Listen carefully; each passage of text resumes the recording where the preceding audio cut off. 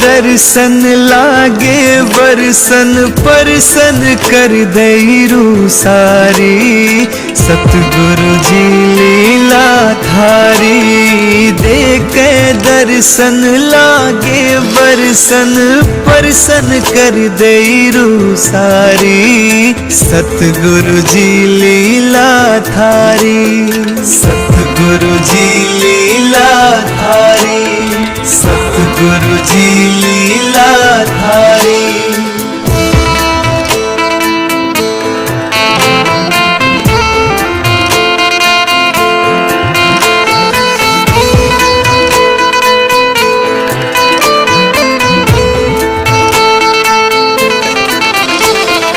किसी ने बेटे किसी ने पोते कोई जावे विदेशा में। किसी को गाड़ी किसी को कोठी कोई जीते कोरट के सामने, कोई जीते कोरट के सामने।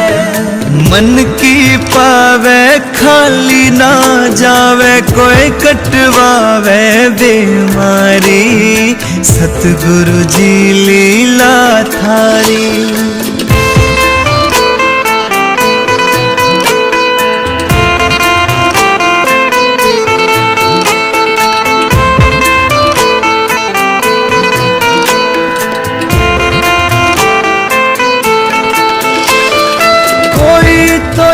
जाए आशीर्वाद कोई मौज में फरसादा। कोई मांगे पद खास कोई मांगे मान मर्यादा, कोई मांगे मान मर्यादा। पेट की खातिर सबसे ज्यादा बढ़िया नौकरी सरकारी। सतगुरु जी लीला थारी।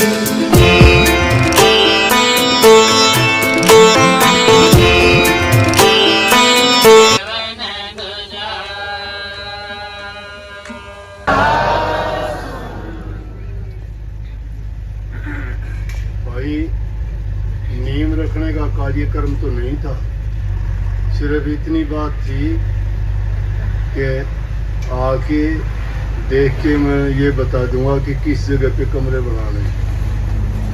और यूं भी कह दिया था कि ज़्यादा किसी को बताना नहीं, 5-4 आदमी आ जाइए बस। यहाँ के देखा तो आपने तो अपनी मर्जी से काम कर लेते हो ना। कर ली बोला नींव रखनी है। सत्संगियों को भी ये कह के बुलाया हुआ नींव रखेंगे आज।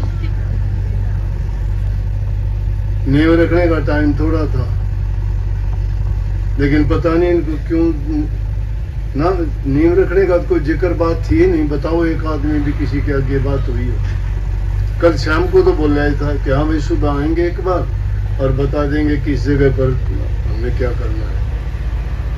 जो भी कमरे वगैरह हाल बनाना है या स्टोर के लिए सामान रखने के लिए जगह, सत्संगियों के रहने के लिए 5-4 यहाँ कमरे बना देंगे, क्योंकि अभी तक उसमें बना नहीं है कुछ भी। लेकिन जल्दी इतनी लगती है, सोचते हो कि एक ही दिन में सब कुछ बना के खड़ा कर दे। धीरे धीरे रे मना धीरे सब कुछ होए माली सींचे सो बड़ा ऋतु आए पर। देसी भाषा में हरियाणा में कहते तावड़ा सो बावड़ा। समझ गया? अंग्रेजी में भाव से हेस्ट मेक्स वेस्ट। जल्दबाजी खराब करती है। कोई भी काम करने से पहले योजनाबद्ध तरीके से काम किया जाए, उसके बारे में अच्छी तरह सोच लिया जाए, उसकी रूपरेखा दिमाग में होनी चाहिए। हमें क्या करना है, कैसे करना है, हमारे पास कितना बजट है, इस काम को हम कर पाएंगे या नहीं कर पाएंगे। जब तक ये सुनिश्चित नहीं हो जाए तब तक आदमी को किसी योजना, कोई काम, कोई कारोबार को हाथ नहीं लगाना चाहिए। और ये तो संगत का काम है, चलो। लेकिन फिर भी कोई भी बात हो ना, ये आम जीवन में भी मैं बताता हूँ आप लोगों को, कोई भी काम करने से पहले सोच के करना चाहिए। करने से पहले सोचो। सोचने का मतलब उसका परिणाम सोचो। अब कई बार क्या होता है, देखा देखी कितने लोग आते हैं, बोला जी मैंने काम किया था, मैंने दुकान की थी, मैंने वो काम शुरू किया था, लेकिन उसमें तो मैंने मार खाई, सारी पूंजी भी डबो दी और काम भी नहीं चलता। क्यों नहीं चलता? पढ़े लिखे लोग, आज का ज़माना बड़ा समझदारी का है। लोग कहते हैं, पहले अंग्रेजी में एक शब्द आता मार्केटिंग। मार्केटिंग किसको कहते हैं कि वो काम करने से पहले आदमी ये सोच ले कि मैं जो काम करूँगा वो काम चलेगा कैसे, उसका परिणाम मुझे कैसे अच्छा मिलेगा। अब काम शुरू कर लिया किसी के देखने से, यहाँ उस काम की कोई ज़रूरत है ही नहीं। तो माल अगर बनाओगे वो बिकेगा नहीं, तो तुम्हें मिलेगा क्या? पूंजी थी वो तो उस माल में डबो दी, माल तुम्हारा बिका नहीं, अपने आप बैठ गए। इसलिए किसी भी काम को करने से पहले ये देखना चाहिए इसकी कंजम्पशन कहाँ होगी, इसके ग्राहक कहाँ होंगे, ये आसानी से उनके पास कैसे पहुंचेगी, तब हमें लाभ मिलेगा। बिना सोचे काम करने से इस तरह से आदमी को हानि उठानी पड़ती है। तो पहले कोई भी काम करते हो जल्दी ना करो। कहते हैं ना कि देर आए दुरुस्त आए। देर हो जाए लेकिन सही तरीके से आए तो उसमें काम में कभी कोई कमी नहीं आती। रही बात भाई आपका आश्रम है, काफी दिन से इंतजार थी, वो छोटा था, हमने कोशिश तो ये की कि उसी जगह पे अगर जगह मिल जाती तो बहुत अच्छा था और पैसे नहीं लगाने पड़ते। लेकिन जब ज़्यादा ऐसी हालत होगी, अब 2-4 साल से संगत उसमें आती नहीं थी, बड़ी भीड़ हो जाती थी। फिर मेन रोड का था, मुश्किल होती थी। मेन रोड तो यहाँ भी है लेकिन अब खुले में है। 2-4 साल तो इसमें काम चलेगा। और यूँ कितने बड़े आश्रम लोग, ये संगत तो बढ़ती चली जाती है। एक साल में कम से कम कितने बढ़ जाते होंगे? 15-20 हज़ार तो आराम से बढ़ते होंगे। तो 5 साल के बाद में कहाँ बनाओगे आश्रम? इसके लिए तो कोई दूसरा इंतजाम करना पड़ेगा, या तो जोनों में बांटने पड़ेंगे। भाई इस जोन के लिए ये सत्संग, इस जोन के लिए ये सत्संग। और रोजाना ये सब आश्रमों में सत्संग होने मुश्किल है। मैं तो फिर भी कोशिश ये मेरी रहती है कि भाग दौड़ करके जितने आश्रम बने हुए हैं एक दिन जरूर सबको देने की कोशिश करता हूँ। इसके बावजूद भी इधर उधर जाना पड़ता है। दूसरे भी कई कार्यक्रम ऐसे हो जाते हैं, दूसरे धर्म वाले भी बुला लेते हैं, तो वहाँ भी मैं जाता हूँ। तो समय तो आप देखोगे उतना ही है, काम बढ़ता जाता है, तो उसके लिए कोई ना कोई तो सोचना पड़ेगा। लेकिन अब ये जगह ऐसी है कि आराम से शांति से 5-7 साल तो आपको सोचने की जरूरत नहीं पड़ेगी। एक आदमी का काम नहीं, संगत का काम है। सबको आशीर्वाद है कि सेवा का मौका मिलेगा तुम्हें। जिस प्रकार की भी सेवा तुम कर सकते हो, शारीरिक तन की सेवा कर सकते हो, मन की सेवा तो सब करते ही हो। सभी चाहते हो हमारा आश्रम अच्छा हो, संगत ज़्यादा हो, ज़्यादा सत्संग फैले, हमारा नाम ऊंचा हो। ये सब ऊंचे बड़े करने के लिए आपको खुद को ऊंचा बनना पड़ेगा, खुद को अच्छे गुण अपनाने पड़ेंगे, बुराइयों को छोड़ना पड़ेगा। सत्संगियों में प्यार तभी बढ़ेगा कि एक दूसरे से प्यार करोगे। किसी का दिल जीतना आसान काम नहीं होता। जब इंसान बुराइयां छोड़ देगा, दूसरे के हित की बात करेगा, दीन गरीब की सहायता करेगा, बूढ़े बुजुर्ग की सेवा करेगा, तो समझो कि वो सत्संग के लायक है, सत्संग में उसने कुछ सीखा है। और वैसे सत्संग में तो आगे देखा देखी, लेकिन सत्संग का असर क्या है? घर के बच्चों को भी नहीं सुधार पाए हम। आप तो सत्संग में आ जाते हो, बच्चे कहाँ जाते हैं आपके? ये आपको पता होता है क्या? फिर बच्चों की शिकायत करते हो कि बच्चा कहा नहीं मानता, बच्चे ने अपनी मर्जी से शादी कर ली, वो दूसरी जाति में शादी कर ली, अब वो शादी करके कहता है मैं शादी तोड़ूंगा। ये क्यों ये समस्याएं पैदा होती हैं? ये हमारी केयरलेसनेस है, माँ बाप की लापरवाही है। बच्चों को संस्कार नहीं देते, बच्चों को पास बैठा के उनको अच्छे गुण नहीं देते। हाँ, उनको बिगाड़ने में जरूर मदद करते हैं। उनको बिगाड़ने में मदद क्यों करते हो? उनको आज़ादी देते हो। वो तुम्हारे कहे में नहीं है, तुम उनके कहे में चलते हो। उनकी इच्छा, हर इच्छा पूरी करते हो। तुम्हें पता है कि ये इनकी इच्छा पूरी करते हो अच्छी नहीं है, फिर भी पूरी करते हो। उनकी फिर वो आदत बन जाती है और वो करते करते फिर इतने स्वतंत्र हो जाते हैं कि किसी भी चीज में आपकी सलाह उनको अच्छी नहीं लगती। जब तुम लोग सत्संग में आते हो, घर जाके बच्चों को अच्छी शिक्षा देते हो क्या? उनको कहते हो कि बेटा सत्संग में जाना चाहिए। कई आदमी, ये लड़कियां आके शिकायत करती हैं, कहती है मेरा घरवाला मुझे गालियां देता है, कहता है सत्संग में नहीं जाने दूंगा। ठीक बात है, क्यों नहीं जाने देगा? तुम्हारी कमी है। तुम अगर सत्संग में आते हो, तुमने सत्संग के गुण अपना लिए, तो तुम एक आदमी को भी नहीं सुधार पाते क्या? उसको ये कहो कि तुम सत्संग में खुद चल के देखो। अगर सत्संग कोई बुराई बताता है, कोई गलत काम सिखाता है, या तुम्हें कोई गंदी आदत सिखाता है, तो सत्संग में आप भी ना जाओ और मुझे कभी नहीं जाने देना। लेकिन जिस सत्संग में जाने से हमारा परिवार सुधरता है, हमारी बुरी आदतें सुधरती हैं, हमें जीवन जीने का तरीका मिलता है, मन में शांति आती है और हमारे सारे शुभ और नेक काम करने की प्रेरणा मिलती है, तो फिर उस जगह हम क्यों ना जाएं? अगर उसमें बुराइयां हैं तो हम नहीं जाएंगे। ये बात आप नहीं बता पाते हो, लेकिन आप तो चल के आ जाते हो, बच्चों को नहीं लेके आते। जिस काम के लिए बच्चों को आगे करना चाहिए, अगर तुम अच्छा मानते हो और सत्संग अच्छा है, तो बच्चों को आगे कीजिए ना।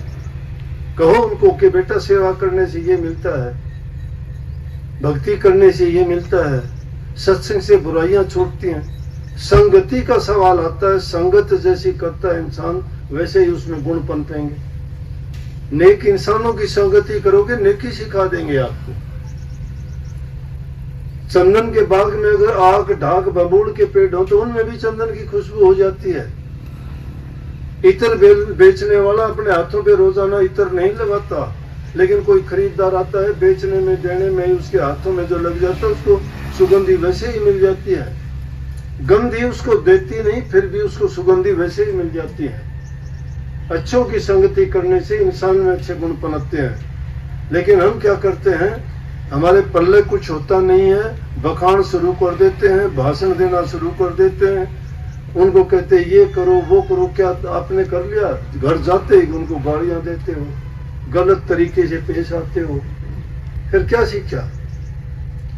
सत्संग आदमी को धैर्य सिखाता है, सत्य बोलना सिखाता है, प्यार सिखाता है, बूढ़े बुजुर्ग की कदर करना सिखाता है। परमात्मा ऐसे नहीं मिलता। परमात्मा कोई ऐसी वस्तु नहीं है किसी की ठा के जेब में डाल दी। पंसारी की दुकान नहीं है कि पुड़िया बांध के आपको दे दी। जिसने ये नेक कर्म करने सीख लिए, परमात्मा के पास पहुंच गया। वो परमात्मा के ये गुण है, नेकी। तुम्हारे दिल में दया है, तुम्हारे दिल में प्रेम है, तुम्हारी सेवा भक्ति है। जो सेवा भक्ति नहीं जानता वो प्रेम भक्ति नहीं कर सकता, प्रेम भक्ति नहीं कर सकता, गुरु भक्ति नहीं कर सकता। गुरु भक्ति करता है वो प्रभु की भक्ति करता है। गुरु सिखाता क्या? मुझे स्वार्थ नहीं है किसी से भी, मेरा कोई दुश्मन नहीं, कोई प्यारा नहीं है, और हो तो सब मुझे बहुत प्यारे हो। अगर प्यारे नहीं होते मैं क्यों अपना टाइम बर्बाद करता?